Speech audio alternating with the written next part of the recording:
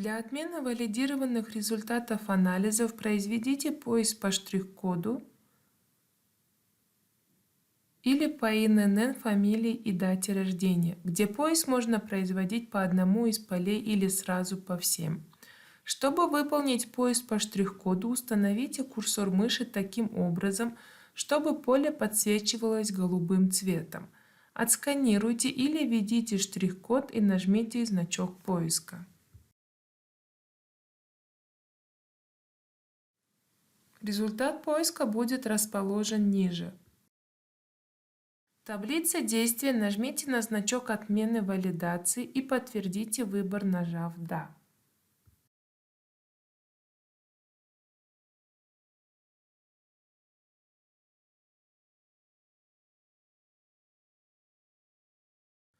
В результате появится список валидированных результатов. Для отмены валидации укажите причину и нажмите на кнопку «Отмена валидации».